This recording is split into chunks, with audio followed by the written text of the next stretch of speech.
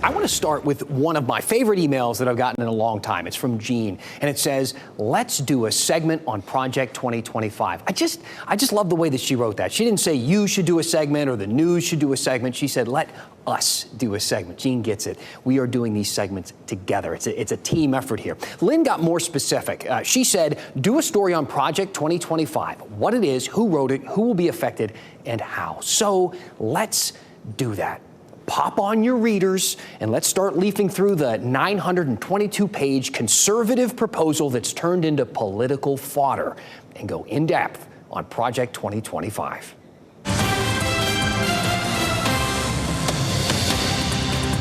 So let's just start simple. What is Project 2025? Well, here's the easy answer. It is a playbook of policy recommendations for a Republican president on everything from abortion and the border to sugar and wild horses, derived and written by a powerful, long-standing conservative think tank called the Heritage Foundation. Now, Democrats think that description is a bit too wordy, and they like to sum it up this way. These ideas aren't just bad, they're dangerous. They're dangerous for our country. They are trying to make a king, a dictator out of the next person that ends up becoming president. President Biden calls Project 2025 Trump 2025 and paints a scary picture of how Trump will use this plan to implement drastic policy changes that could impact freedoms, the environment, education, and pretty much everything else we love and hold dear.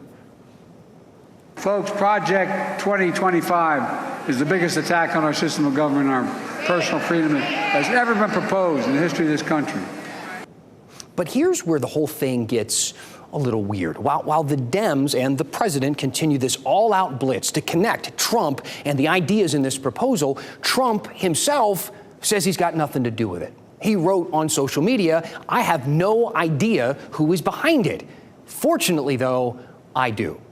The Heritage Foundation is a right-wing think tank that's been around since the early 70s, during the Nixon years. In the 80s, they published The Mandate for Leadership, which was a playbook for a conservative president who turned out to be Ronald Reagan, who liked a lot of what was in the plan. And according to the foundation, implemented about 60% of their ideas into his presidency. Basically, this group is led by wealthy, connected, influential people who have an agenda, and they use privately funded research to lobby lawmakers and to sway policy.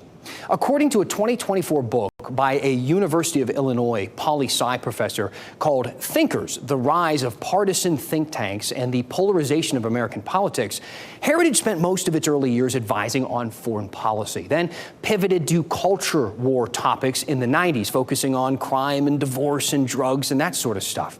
An interesting fact, though, about their history that you probably didn't expect, despite, again, being a traditionally conservative group, it was a Heritage Foundation study on healthcare in the late 80s that first developed a system that could provide healthcare to all Americans, solve the pre-existing conditions problem, and maintain free enterprise. In fact, the author of Thinkers said in a recent interview, and that basic outline is essentially Obamacare. You see, these think tanks and these types of organizations have been around for a while, and they've played a pivotal role in democracy all over the planet since about the 19th century. The Royal United Services Institute in London is one of the earliest ones, one of the first. 1831 it started to promote national security and defense. Well, now these things are everywhere. Penn Libraries just published a list of America's top 100 think tanks, and there are hundreds more than that. There are 408 in D.C. alone. So, if there are hundreds of them, and Trump says he's got nothing to do with this one, then why are Democrats going so ham? Well, there's a few reasons. For one, a lot of the authors of Project 2025 are former Trump guys, something that we explained in our segment last night. We actually looked at the authors and editors of the plan, and about 2/3 served in the Trump administration.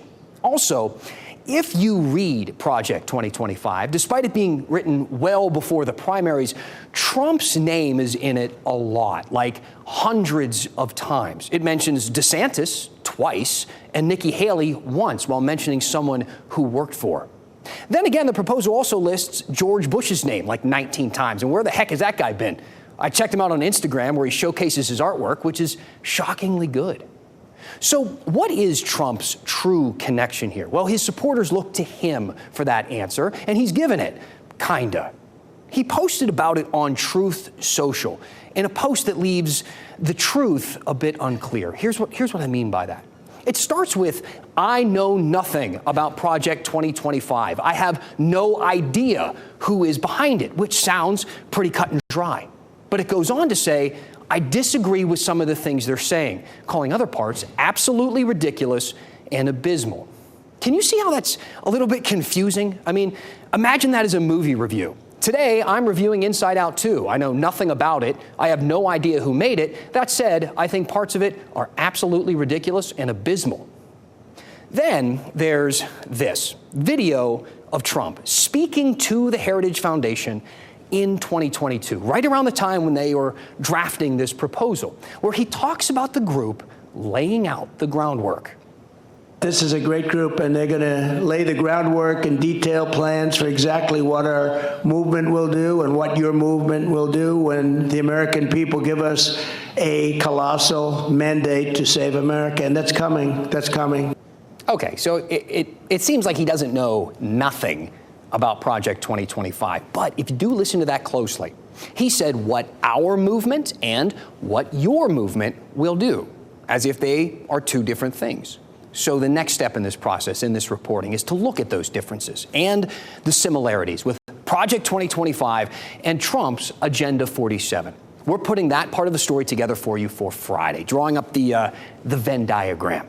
So send me your emails, dan@WRAL.com. Let me know if you have specific questions about specific policies, because this document touches on nearly every part of public policy.